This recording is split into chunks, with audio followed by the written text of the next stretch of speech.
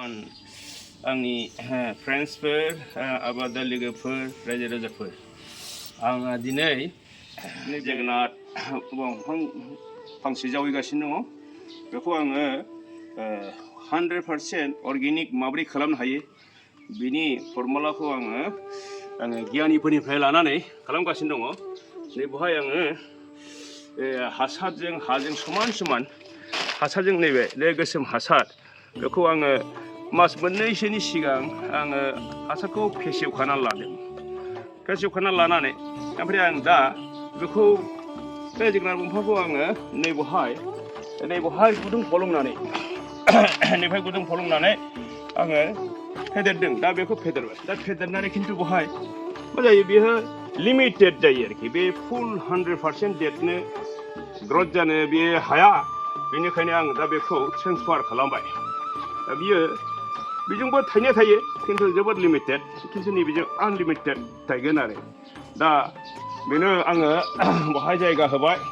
ओमफ्राय नैबेहाय मोनसे मोजां जायगा बानायबाय आं दा हाजों हासारजों आं हासारखौ नैबेबायदियाव दोनो बेखौ होनना बुङो फेसेव हासार बेलाय बेवहाय लोगोसे खानसिबो थाफायो नै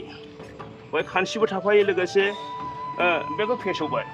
ओमफ्राय दा बे फेसेवनाय हासारखौ मा खालामखो आं बेवहाय जेबो गभर्नमेन्टनि जेबो मेडिसिन होनाय जाया आं बेवहाय फुरा नैबे अर्गेनिक खालामनो थाखाय नैबेवहाय आङो हा गोसोम आरो नैबे गोबोरखि नैबेवहाय आङो आरो अखाजों सुस्र'नो हायिनि थाखाय नैबेखौ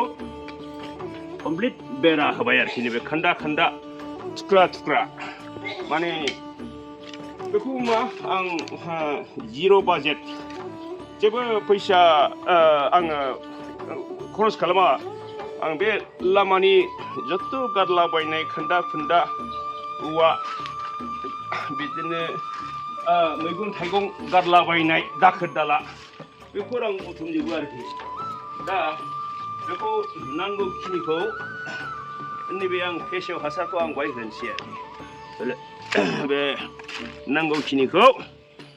बेनिफ्राय नैबेखौ आङो सुस्रालांनो हायिनि थाखाय नैबेवहाय आं बेवहाय बेरा वाल होबाय आं दिनै बेखिनिखौ बे जोगोनारखौ बोरै गायनांगौ 100% बोरै अर्गेनिक खालामनांगौ